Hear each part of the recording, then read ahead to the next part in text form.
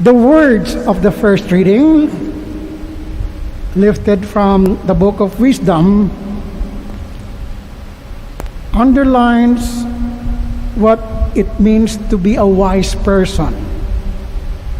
A wise person is not only a person who is full of information. Google is better than that. We get information from Google. Knowledge is different from wisdom. We attain knowledge because we study, we try to understand. And we don't get that from the social media either. We get, as it is stated in the first reading, all these things are superficial. And oftentimes we get addicted to the internet, to the social media, and withdrawal from that becomes very painful. Other people get stressed out, they get anxious, and some commit suicide because they were rejected, they were blocked, they became nobody because their identity was based only on the superficial thing of being appreciated by somebody whom they do not know. Now, how do we get to live wisely? How do we arrive at becoming a wise person? A wise person accumulates information like reading Google, understands more by thinking about what we have read, but going beyond that entails the working through our many difficulties in life. So many young people today, they are unable to do that.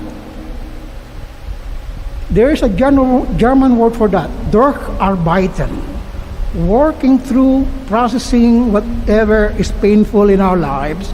And if we find meaning in that, working through, we get wiser. What knowledge we get is understood under the light of the glory of God, as we heard in the responsorial song. And there's a theologian who wrote 17 volumes of the glory of the Lord. His proposal was, God is not only the good, true, but rather beautiful. Our capacity to understand what is beautiful depends so much on our appreciation and living through what is painful in our lives. That we call that in theology redemptive suffering. We can only appreciate that if we are able to locate our lives, interpret the meaning of our lives from that intimacy with the Father through Christ Himself. As outside of that, nothing will be understood properly.